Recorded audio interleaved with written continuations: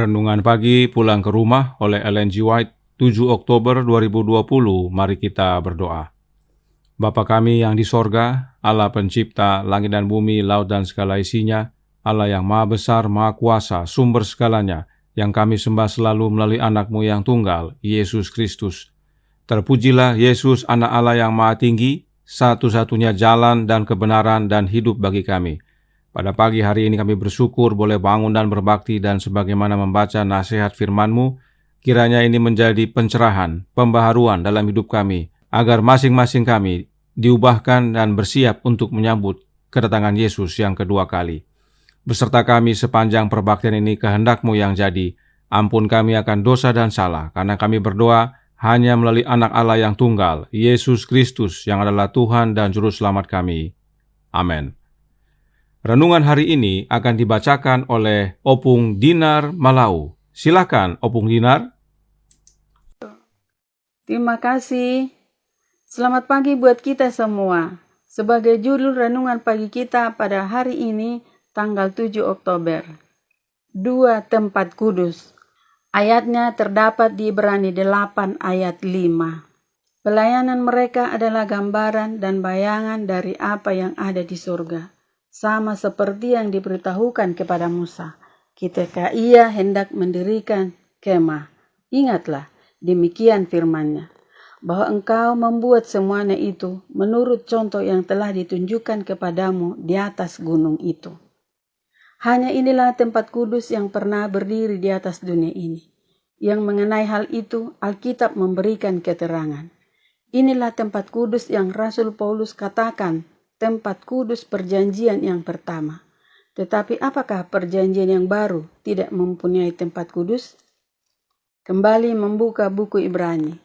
Para pencari kebenaran menemukan bahwa keberadaan tempat kudus yang kedua atau tempat kudus perjanjian yang baru tercantum dalam kata-kata Rasul Paulus yang telah dikutip.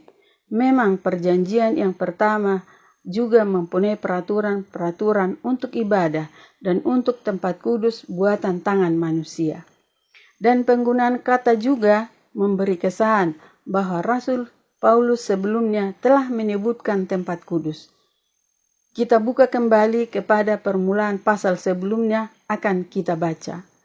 Inti segala yang kita bicarakan itu ialah kita mempunyai imam besar yang demikian, yang duduk di sebelah kanan tahta yang maha besar di surga, dan yang melayani ibadah di tempat kudus, yaitu di dalam kemah sejati yang didirikan oleh Tuhan, bukan oleh manusia. Ibrani 8 ayat 1-2. Disinilah dinyatakan tempat kudus perjanjian baru. Tempat kudus perjanjian yang pertama didirikan oleh tangan manusia, dibangun oleh Musa. Dan yang kedua ini didirikan oleh Tuhan, bukan oleh manusia. Di dalam tempat kudus perjanjian yang pertama, imam-imam dunia menjalankan upacara-upacara. Sedangkan pada tempat kudus perjanjian yang baru, Kristus imam besar kita, melayani di sebelah kanan Allah. Satu bait suci ada di dunia ini, dan yang satu lagi ada di surga. Lebih jauh, kemah suci yang dibangun oleh Musa dibangun sesuai pola atau contoh. Tuhan menuntun dia, menurut segala apa yang kutunjukkan kepadamu sebagai contoh kemah suci dan sebagai contoh segala perabotannya. Demikianlah kamu harus membuatnya. Dan sekali lagi perintah diberikan. Dan ingatlah bahwa engkau membuat semuanya itu menurut contoh yang telah ditunjukkan kepadamu di atas gunung itu. Keluaran 25 ayat 9 dan 40. Dan Rasul Paulus berkata bahwa kemah suci yang pertama itu adalah kiasan masa sekarang. Sesuai dengan itu dipersembahkan korban dan persembahan, bahwa bilik yang kudusnya adalah melambangkan apa yang ada di surga. Bahwa imam yang mempersembahkan persembahan sesuai dengan hukum adalah gambaran dan bayangan dari apa yang ada di surga. Dan bahwa Kristus bukan masuk ke dalam tempat kudus buatan tangan manusia, yang hanya merupakan gambaran saja dari yang sebenarnya, tetapi ke dalam surga sendiri untuk menghadap hadirat Allah guna kepentingan kita. Di Ibrani 9 ayat 9 dan 23, Ibrani 8 ayat 5, dan di Ibrani 9 ayat 24. Dikutip dari Alfa dan Omega jilid 8 halaman 431 dan 433. Terima kasih. Terima kasih atas penata layanan Opung Dinar. Tuhan Yesus memberkati. Selamat pagi, saudaraku dalam Tuhan. Renungan hari ini berbicara tentang dua Ka'bah, yang di bumi dan yang di sorga. Yang di bumi merupakan bayangan yang di sorga. Hal ini sesuai ayat inti renungan hari ini nyatakan, bahwa Allah menunjukkan contoh Ka'bah kepada Musa, yaitu yang di sorga. Artinya, di sorga sudah ada lebih dahulu. Nah, apakah maksudnya? Apakah Ka'bah surgawi itu sehingga sudah ada duluan dari yang di bumi? Kita baca dalam Christ in His Sanctuary halaman 137 paragraf 2. Dalam Ka'bah di sorga, tempat kediaman Allah, tahtanya didirikan dalam kebenaran dan penghakiman. Ka'bah di sorga itu adalah tempat kediaman Allah, atau dalam bahasa Inggris disebut dwelling place. Ini penting kita pahami. Itu sebabnya Allah berkata kepada Musa dalam Keluaran 25 ayat 8 yang berbunyi, "Dan mereka harus membuat tempat kudus bagiku supaya aku diam di tengah-tengah mereka. I may dwell among them." Ka'bah adalah tempat kediaman Allah. Itu sebabnya sudah ada lebih dahulu. Dan tidak heran Musa diperintahkan Allah untuk membangun Ka'bah, yaitu tempat kediaman Allah sebagaimana yang di sorga. Sehingga melalui adanya Ka'bah di dunia ini, Allah tinggal di tengah-tengah umatnya. Namun, yang Musa bangun hanyalah bayangan. Nah, jika Ka'bah yang di dunia adalah bayangan dari yang di sorga, mengapa Ka'bah yang di dunia disebut Ka'bah yang pertama? Atau Paulus sebut sebagai tempat kudus perjanjian yang pertama? Dan mengapa Ka'bah di sorga nantinya disebut tempat kudus yang kedua atau tempat kudus perjanjian yang baru? Apakah faktor penentunya? Kita baca kembali dalam buku Christ in His Sanctuary halaman 67 paragraf 2 yang berkata, Ka'bah di sorga adalah pusat pekerjaan Kristus demi manusia. Ka'bah itu menyangkut setiap orang yang hidup di dunia ini. Hal itu membukakan rencana keselamatan, membawa kita kepada akhir zaman, dan menyatakan isu kemenangan dalam pertikaian antara kebenaran dan dosa. Inilah faktor penentu dari Ka'bah pertama dan Ka'bah kedua. Ka'bah Perjanjian Lama dan Ka'bah Perjanjian Baru. Dalam Ka'bah Perjanjian Lama, semuanya adalah lambang, dan dalam Ka'bah Perjanjian Baru, semua lambang digenapi, yaitu digenapi di dalam Yesus. Itu sebabnya Ka'bah adalah pusat pekerjaan Yesus bagi manusia. Lalu bagaimana hubungannya dengan kehadiran Allah di tengah-tengah manusia? Kita buka buku Yesaya 59 ayat 2 yang berkata, "Tetapi yang merupakan pemisah antara kamu dan Allahmu ialah segala kejahatanmu, dan yang membuat dia menyembunyikan diri terhadap kamu, sehingga ia tidak mendengar ialah segala dosamu." Oleh karena dosa, kita terpisah dari Allah.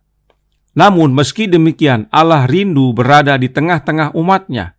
Bagaimana caranya? Dosa tersebut harus dibereskan. Itu sebabnya ada upacara korban di dalam Ka'bah, agar masalah dosa dibereskan dan manusia dapat memiliki hubungan kembali dengan Allah. Allah dapat tinggal di tengah-tengah umatnya.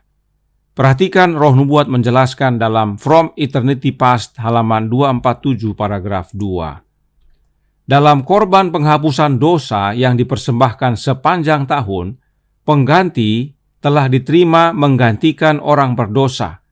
Tetapi darah korban belum membuat penebusan penuh atas dosa tersebut. Itu hanya menyediakan sarana untuk memindahkan dosa ke Ka'bah. Dengan mempersembahkan darah, orang berdosa mengakui kesalahan pelanggarannya dan menyatakan iman kepadanya yang akan menghapus dosa dunia. Jadi saat orang berdosa datang membawa korban penghapusan dosa ke Ka'bah, darah korban dipercikkan ke tirai Ka'bah sebagai lambang pemindahan dosa dari si pendosa ke Ka'bah, yang merupakan lambang dari Dia yang akan datang untuk menghapus dosa dunia. Siapakah Dia ini? Yesus Kristus, Anak Domba Allah. Itu sebabnya Ka'bah itu adalah lambang dari Kristus. Pemazmur berkata dalam Mazmur 77 ayat 14, "Ya Allah, jalan-Mu adalah kudus. Allah manakah yang begitu besar seperti Allah kami?" Terjemahan dalam bahasa Inggris lebih tepat yang berkata, "Thy way, O God, is in the sanctuary." Terjemahannya adalah, "Jalan-Mu, ya Allah, ada di dalam Ka'bah." Siapakah jalan itu? Yesus Kristus, Yohanes 14 ayat 6. Dan jalan itu ada di dalam Ka'bah. Karenanya, Ka'bah adalah lambang Yesus yang adalah satu-satunya jalan kepada Bapa. Bisa lihat hubungan Ka'bah dengan Yohanes 3 ayat 16. Karena begitu besar kasih Allah akan dunia ini, bukan kita yang minta Bapa tinggal di tengah-tengah kita.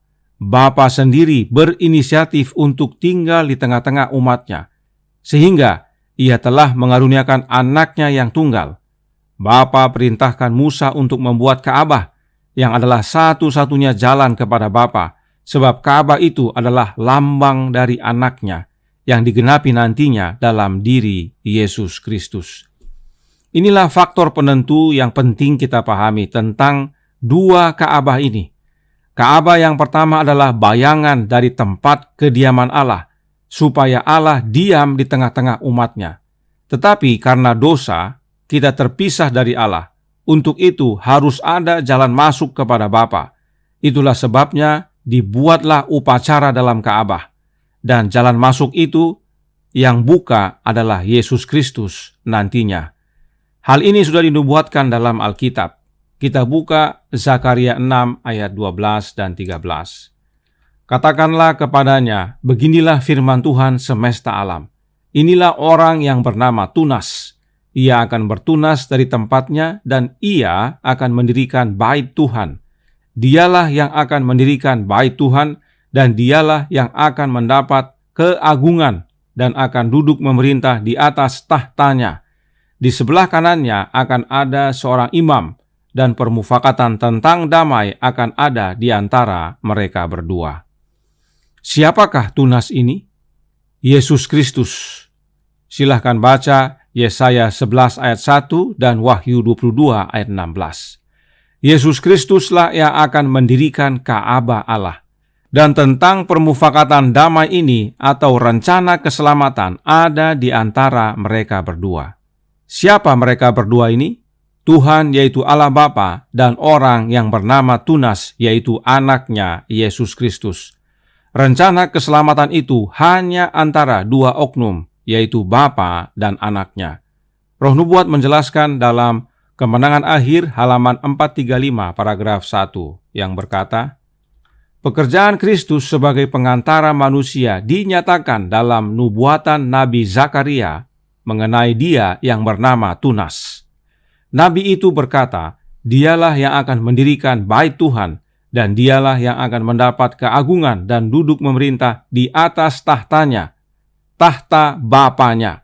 Di sebelah kanannya akan ada seorang imam, ia akan menjadi imam di tahtanya, dan permufakatan tentang damai akan ada di antara mereka berdua." Zakaria 6 ayat 13. Jelas bahwa Kristuslah faktor penentu Ka'bah yang pertama dan Ka'bah yang kedua. Yang pertama adalah lambang dan digenapi dalam yang kedua. Yang pertama adalah lambang bahwa manusia akan bisa berhubungan kembali dengan Bapa. Yang kedua adalah kegenapan bahwa manusia sudah bisa berhubungan kembali dengan Bapa. Bagaimana caranya? Dengan tinggal di dalam Yesus dan Yesus di dalam kita. Ingat kembali dua ayat berikut ini. Yang pertama, Yohanes 14 ayat 20.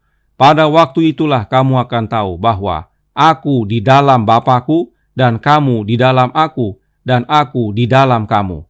Kemudian Yohanes 17 ayat 21, supaya mereka semua menjadi satu, sama seperti Engkau, ya Bapa, di dalam Aku dan Aku di dalam Engkau, agar mereka juga di dalam kita, supaya dunia percaya bahwa Engkaulah yang telah mengutus Aku. Yesus berkata, Aku di dalam Bapa dan kamu di dalam Aku dan Aku di dalam kamu. Nah, karena Yesus di dalam Bapa, maka saat kita menerima Yesus di dalam kita, dengan sendirinya kita menerima kehadiran Bapa dalam hidup kita. Itu sebabnya dalam doanya Yesus tekankan kembali, Bapa di dalam Yesus dan Yesus di dalam Bapa, supaya umatnya di dalam mereka berdua, yaitu Bapa dan anaknya. Artinya, mau terhubung dengan Bapa, mau menerima kehadiran Bapa dalam hidup ini, terima Yesus dalam hidup kita. Itulah sebabnya Yesus berkata, tidak ada seorang pun yang datang kepada Bapa kalau tidak melalui Aku. Nah, kapan ini terwujud? Pada hari Pentakosta. Pada hari itu Yesus dimuliakan di sorga, diurapi oleh Allah Bapa menjadi imam besar kita, dan pada saat itu juga Yesus curahkan Roh-Nya yang kudus kepada umatnya. Dan melalui kehadiran Roh-Nya yang kudus tersebut, Kristus hidup dalam kita. Maka Bapa hadir dalam hidup kita, tinggal dalam hati kita. Bukan di tengah-tengah lagi, tetapi di dalam hidup kita. Ka'bah bukanlah bangunan, tetapi pada akhirnya seseorang, yaitu Yesus Kristus. Itulah sebabnya Yesus disebut Immanuel, Allah beserta kita. Dengan menerima Dia dalam hidup kita, Allah tinggal dalam hidup kita. Inilah hubungan Ka'bah pertama dan kedua. Dan mengapa yang kedua ada terlebih dahulu, namun menjadi kedua atau yang baru? Jawaban dan faktor penentunya adalah Yesus Kristus. Sebab Bapa rindu tinggal bersama umatnya.